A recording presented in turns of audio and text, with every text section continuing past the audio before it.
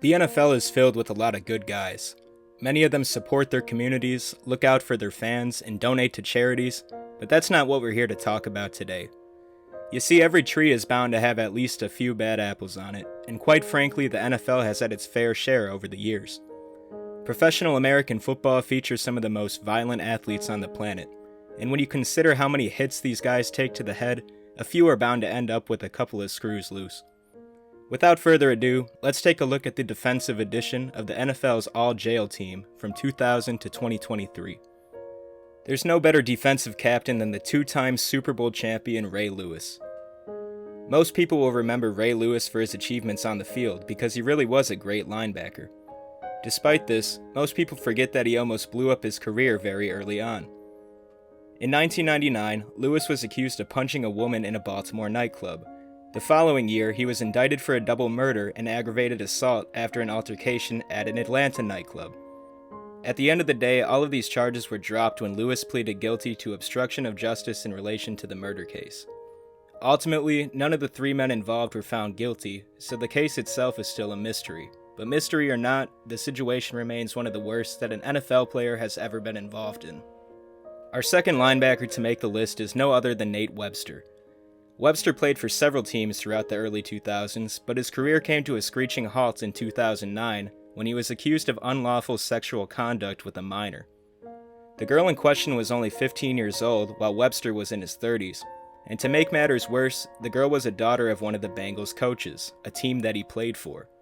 Webster was apparently threatening to kill the girl and her whole family if she ever told anyone, but eventually the truth came out. In 2012, he was sentenced to 12 years in prison for his actions. This is probably one of the most disgusting and most disrespectful situations in NFL history, so it's no surprise that he earns a spot on the all-jail team. Moving on to the defensive line, we have two standout players in Leonard Little and Alonzo Spellman. To start, Leonard Little was a prolific pass rusher who played for the St. Louis Rams. Unfortunately, he was also a prolific drunk driver. In 1998, Little took the wheel while intoxicated and accidentally killed a woman. He pled guilty to involuntary manslaughter and was sentenced to 4 years of probation with 1,000 hours of community service. During the prime of his career in 2003 and 2004, Little was arrested 2 more times, once for harassing his ex-girlfriend and again for speeding while driving drunk. Both arrests didn't amount to any jail time, and thankfully, these were his last 2 run-ins with the law. Next we have Alonzo Spellman, who has a lengthy track record of threatening people. The former Bears lineman was arrested twice in 2002, once for breaking into his brother's home and threatening to kill him, and again for threatening passengers on an airplane because he thought the plane was going to crash. I should mention that Spellman was diagnosed as bipolar around this time, but that doesn't excuse his actions, especially as a repeat offender. In 2008, he was arrested again for aggravated assault and eluding a police officer. He served a year in prison and has largely stayed out of trouble since that occurrence. The final defensive players to make the team are defensive backs Dwayne Goodrich and Phillip Adams. Dwayne Goodrich was a cornerback for the Cowboys who ended his career in a matter of 6 seconds.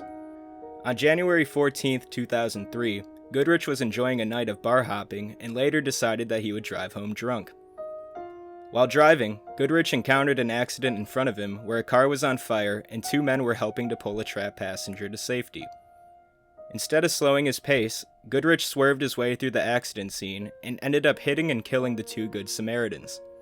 He never stopped to render aid to the victims, but he was arrested the following day on charges of vehicular manslaughter. 9 months later, Goodrich was sentenced to 7.5 years of prison and fined $20,000 for criminally negligent homicide. He was released from prison in October of 2011. Last but not least, we have Phillip Adams, who was a cornerback in the NFL for 6 seasons. The situation involving Adams is probably the most tragic mentioned in this video, and it's also the most recent. On April 7, 2021, Phillip Adams entered the home of a former family doctor in South Carolina and proceeded to kill 6 people. 2 of the 6 killed were children, and there was no clear motive behind the crime. The following day, police arrived at Adams' home and a long standoff ensued. Unfortunately, Adams shot and killed himself before he could be arrested, so no one ever figured out what possessed him to do such a thing. Following his death, Adams was diagnosed with stage 2 CTE, which could have contributed to his downward spiral. Either way, this was truly a terrible situation for all parties involved, and one of the worst acts ever committed by an NFL player. That wraps up the defensive edition of the NFL's All Jail Team from 2000 to 2023. If you enjoyed this video, please make sure you subscribe so you don't miss the upcoming offensive edition. This has been Brad with DFS City. Thank you so much for watching, and we'll see you in the next one.